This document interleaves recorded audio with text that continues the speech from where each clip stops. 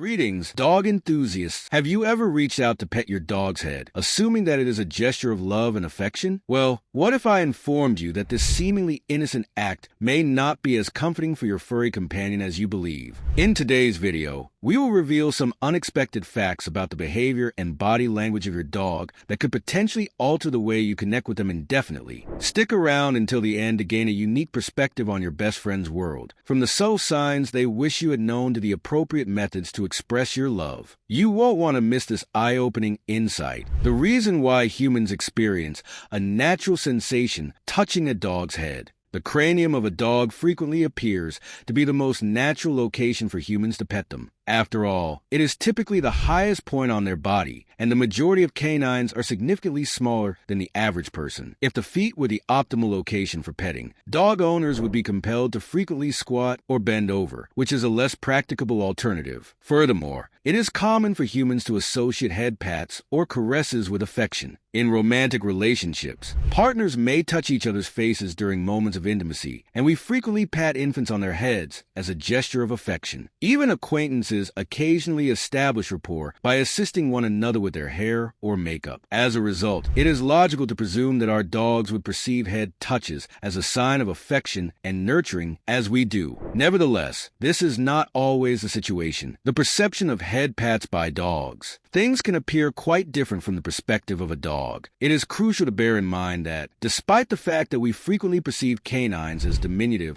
and endearing certain breeds more, so then others humans can appear to be quite large and intimidating to them. Our upright posture results in us towering over even the largest canines, and our gesture of patting their heads only serves to heighten our dominance. Although certain dogs may tolerate or even appreciate head pats as a result of human social norms, this is not necessarily their innate preference. This gesture may appear to be invasive or uncomfortable to numerous canines, rather than affectionate. Symptoms of an unhappy dog. Understanding when a dog is legitimately dissatisfied with being petted is the key to the challenge. You may believe that it is straightforward to discern perhaps they exhibit their canines or growl. Even though those are evident indicators of distress, they are not the only ones. The act of a dog growling and displaying their canines is comparable to the act of a human screaming and stamping their feet. It is undeniably a manifestation of vengeance. Nevertheless, it is not the primary indicator unless you are interacting with a toddler. Your dog employs a variety of other indicators to indicate that they are experiencing tension or irritability, which are significantly less apparent. Sign number 1. This is the most obvious indication. If your dog attempts to retreat when you reach for their head or proceeds to walk away, it suggests that they are not enjoying the experience and would prefer it to conclude. It is crucial to honor their boundaries. Sign number 2. Ears of a dog are a reliable indicator of their emotional state. Typically, ears are pinned back when a dog is irritated or agitated. Sign number 3. A displacement action is a behavior that manifests when an individual or animal is compelled to perform a particular action, opts to suppress the impulse. A classic human example is a young child who is shuffled in their chair due to the necessity of using the loo, but they wish to continue playing. They endeavor to suppress the urge, which leads to the displacement behavior of shuffling. Dogs may exhibit displacement behaviors when they are uneasy with the actions of a human. They may desire to retreat or persuade the human to cease, but they also desire to be a good dog. Consequently, they suppress the impulse and redirect their energy towards a displacement behavior. Yawning and licking are the most prevalent displacement behaviors in canines. Sign number 4. Have you ever observed your dog's eyes rolling to the side or back, exhibiting a crescent of white in their eyes? This is known as the whale eye or moon eye. Regrettably, whale eye is not as endearing as it may appear. Actually suggests that canines are experiencing tension or irritation. What is the proper method for petting a dog? When caressing your dog, it is advisable to approach them from the side rather than the front in order to ensure their comfort. This method will feel less confrontational to your dog, thereby alleviating their sense of being observed. To begin, gingerly stroke their shoulders. Assess the dog's posture and emotional state. It is evident that they are not interested in being caressed if they stiffen when you make contact. Nevertheless, you are free to continue if they become more at ease. Begin caressing them at the base of their neck and gradually advance to the base of their tail. Numerous canines derive pleasure from this region and may even turn around during the interaction, which may motivate you to replicate the activity in their preferred location. The region immediately behind the ears is an exception to the don't pet the head rule. This region, which is abundant in nerve endings and difficult for dogs to touch themselves, is frequently cherished when it is scratched. However, this should only be conducted with a dog with whom you have already developed a rapport. What is the proper way to pet a stranger's dog? Prior to handling another individual's dog, it is imperative to request permission. The dog may experience feelings of anxiety or irritability due to your lack of knowledge regarding their temperament. The owner will be able to determine whether it is secure for you to approach their pet. Additionally, asking demonstrates respect and courtesy. Extend your hand towards the dog's snout without making contact once permission has been granted. Allow the dog to determine whether or not to close the gap while maintaining a minor distance. Respect their wishes and refrain from touching them if they relocate. This indicates that they do not wish to be touched. The dog is acquiring information about you through fragrance, such as your emotional state, when it sniffs your hand. This assists them in ascertaining whether they are at ease. You may proceed to pet them if they appear at ease. Concentrate on regions, such as the shoulders,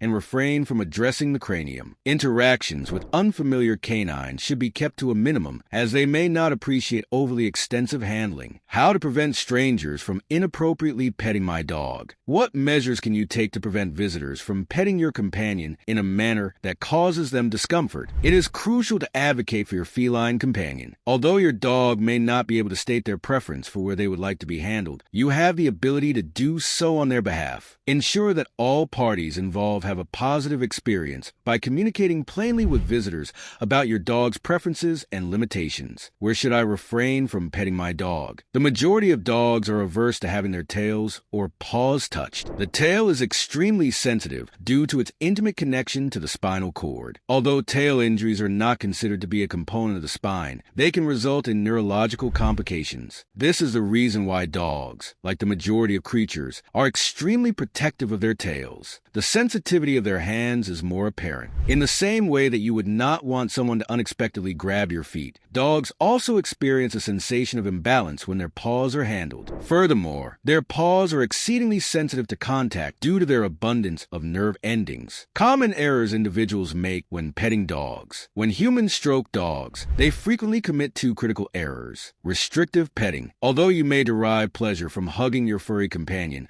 or placing your hands on their cheeks, the majority of canines do not appreciate any form of petting that causes them to feel constrained. They derive solace from the knowledge that they have the freedom to migrate, even if they opt to remain in one place. Prolonged petting. The duration of stroking sessions is equally significant. Petting sessions should be brief, with a brief delay following a few seconds of interaction, as advised by experts. This provides your companion with the opportunity to withdraw if they have had enough. To gain a deeper understanding of your dog's behavior, watch this video to learn the reasons why canines sniff humans' butts and the implications it has for their worldview.